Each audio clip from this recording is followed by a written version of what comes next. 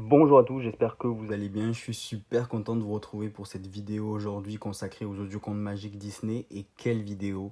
Puisque j'ai eu le bonheur ce matin en ouvrant mon colis de me rendre compte qu'il s'agissait de deux de mes Disney préférés, puisque Peter Pan est mon Disney préféré et Dumbo fait partie de mon top 3. Je suis super content, vous le savez, je suis abonné à cette collection, je reçois donc les numéros directement à la maison. Et dans ce colis, j'avais donc le numéro 5 et le numéro 6. On va commencer par le numéro 5 qui était consacré à Dumbo. On regardera la figurine juste après, comme d'habitude. Dumbo, qui est pour moi un des Disney les plus tristes, avec Roxy Rookie d'ailleurs. C'est vraiment un des Disney les plus tristes. Il faut savoir que Dumbo, à l'origine, n'était pas censé être un long métrage comme on le connaît maintenant, puisque le premier long métrage, vous le savez, est sorti en 1937, c'était Blanche-Neige et les Sept Nains. Puis ensuite sont sortis Pinocchio et Fantasia en 1940, donc pendant la Seconde Guerre mondiale, et donc ils ont été privés d'une grande partie des revenus de l'Europe en guerre. Et donc Pinocchio et Fantasia n'ont pas connu le même succès financier que Blanche-Neige. Et donc les studios, vraiment avec les courts-métrages, arrivaient à avoir pas mal d'argent pour justement créer le numéro 5 qui sortirait quelques années plus tard, qui était Bambi. Et donc ils avaient décidé de créer ce court-métrage de Dumbo, et vu l'engouement qu'a suscité la réalisation de Dumbo dans les studios Disney, ils ont décidé d'en faire un long métrage.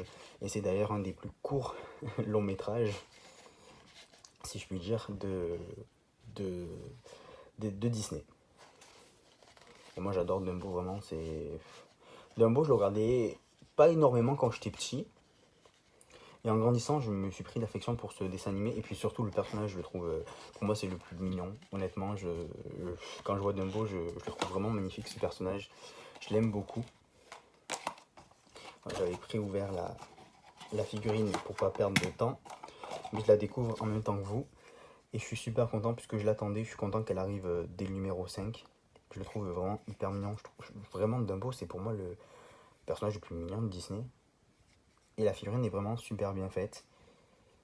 Elle est, vous voyez, elle est assez grosse. Bon, tout est relatif, hein. Elle fait la taille de ma paume de main. Et elle est super jolie. Et ça tombe bien puisque je vais vous montrer la figurine de Dumbo qu'il y avait dans la collection des grands classiques Disney de chez Hachette. Voilà, donc ça n'a rien à voir. Là, c'est vraiment une figurine en résine, peinte à la main, donc rien à voir avec une figurine en plastique.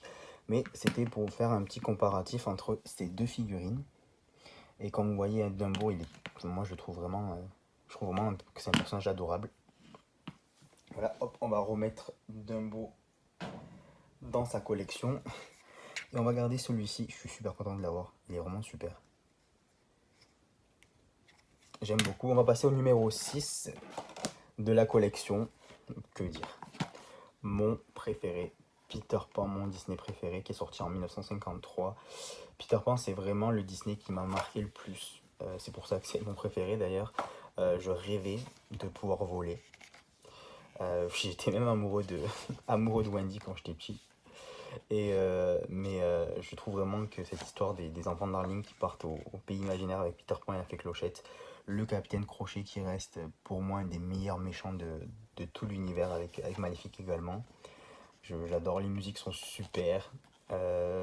Franchement, j'ai adoré ce film. Et j'aime beaucoup sa suite également, Peter Pan 2, Retour au pays imaginaire. Peter Pan, qui lui aussi a eu sa figurine, je vous la montrerai après, dans la collection des grands classiques. Et donc dans cette collection, il y avait des livres consacrés à la réalisation de ces chefs-d'œuvre. Et donc on voyait bien évidemment l'influence littéraire, tout d'abord, qui a inspiré des Walt Disney pour la création de ce film. Une pièce de théâtre également, Peter Pan. Et souvent Peter Pan était représenté d'ailleurs par une fille. Peter Pan était joué par une femme. Et pour les questions de taille, pour paraître une allure d'enfant. Et vraiment, je trouve que les studios Disney en ont fait un chef-d'œuvre. Franchement, Disney, je le dis, ils sont gavés avec Peter Pan, je le trouve super. Et c'est vraiment un des Disney que je pourrais regarder en boucle sans arrêt.